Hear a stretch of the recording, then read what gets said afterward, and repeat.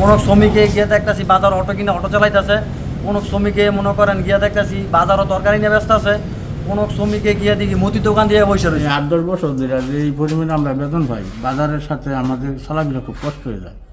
হ্যাঁ, পোলাপানের লেখাপড়াতে দূরে যেই খরচ আমরা এটা তো বহন করতে পারি না। এই কাজে এখন আর মানুষের সংসার চলে না। যেমন আমি হয়তো কোনোভাবে দিন কাটাই যাচ্ছি, কিন্তু আমিও যদি পারি তো আমি ওই ভেতরতে মানে অন্য কোনো কাজে চলে যাব।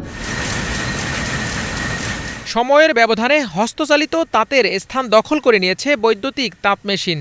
তবে ভাগ্য বদলায়নি তাঁতিদের, আর তাই আয় ব্যয়ের হিসাব মিলাতে না পেরে বিভিন্ন কারখানা থেকে একে একে চাকরি ছাড়ছেন তাঁতিরা, বেছে নিচ্ছেন ভিন্ন পেশা। এমন পরিস্থিতি শিল্পনগরী নারায়ণগঞ্জের রূপগঞ্জ উপজেলার কারখানাগুলোর। পৈতৃক সূত্রে পাওয়া এ পেশার ভবিষ্যৎ নিয়ে তাঁতিদের মনেও দেখা দিয়েছে নানান অনিশ্চয়তা।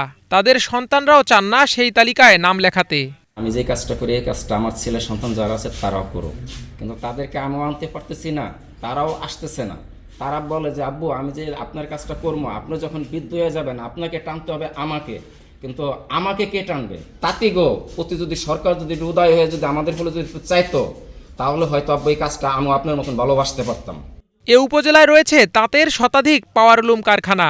এতে প্রায় 40,000 শ্রমিক ও ব্যবসায়ী যুক্ত। তবে সম্প্রতি যোগ হয়েছে লোডশেডিং নামক নতুন বিড়ম্বনা। ফলে কর্মঘণ্টার প্রায় অর্ধেক সময় অলস বসে থাকতে হচ্ছে শ্রমিকদের। লোডশেডিংয়ের কবলে পড়ে চুক্তিভিত্তিক মজুরিতে কাজ করা শ্রমিকরা পড়েছেন চরম বিপাকে। জীবিকা অর্জনে হিমশিম খেতে হচ্ছে তাদের। এই যে আজকে এই যে সকাল নিচে 6টার সময় কারেন্ট, এখন রাত, এখন বাজে 11টা। এই পর্যন্ত আমরা কমপক্ষে 500 টাকার কাজ করতে পারতাম, এখন আমরা 1 টাকাও কাজ করতে পারছি না। বাল বাচ্চা কেমনে ফালমু? আর মালিককে কোথায় থেকে দিব? মালিকের যদি প্রতিষ্ঠান ঠিক মতো না চলে তো মালিককে আমরা কোথায় থেকে দিব, আর আমরা কোথায় থেকে পাইবো? বিদ্যুৎ যে বলতে মানে এই কল্পনা এটা এখানে বলার মতো না। মানে আগে বিদ্যুৎ যেইভাবে ছিল এখন আগের চেয়ে কম হয়ে গেছে গা। সুতাসহ সব ধরনের কাঁচামালের দাম ও পরিবহন ব্যয় বৃদ্ধিসহ শ্রমিক সংকটে চরম বিপাকে শিল্প মালিকরাও। সুতার দাম বৃদ্ধির কারণে আমরা এখন কাপড়ের গোষ্ঠী মিলাইতে পারতেছি না।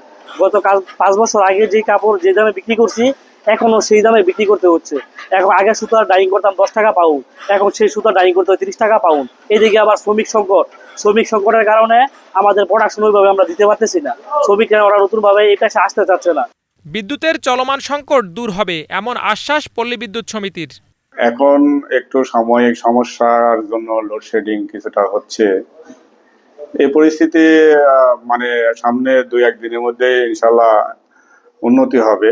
যেমন আমাদের কিছু প্রাইভেট জেনারেশন আছে, কাঞ্চন পাওয়ার প্ল্যান্ট, তাদের সাথে কথা বলেছি, তারা আগামীকাল থেকে তেল মানে চাহিদা মতো পাবে এবং তারা ফুল টাইমে আমাকে বিদ্যুৎ দিতে পারবে। তাঁত শিল্পকে টিকিয়ে রাখতে কার্যকর পদক্ষেপ নেবে সরকার, এমন প্রত্যাশা সংশ্লিষ্টদের। যদি সরকারের কোনো বাংলা ভিশন নিউজ ডেস্ক।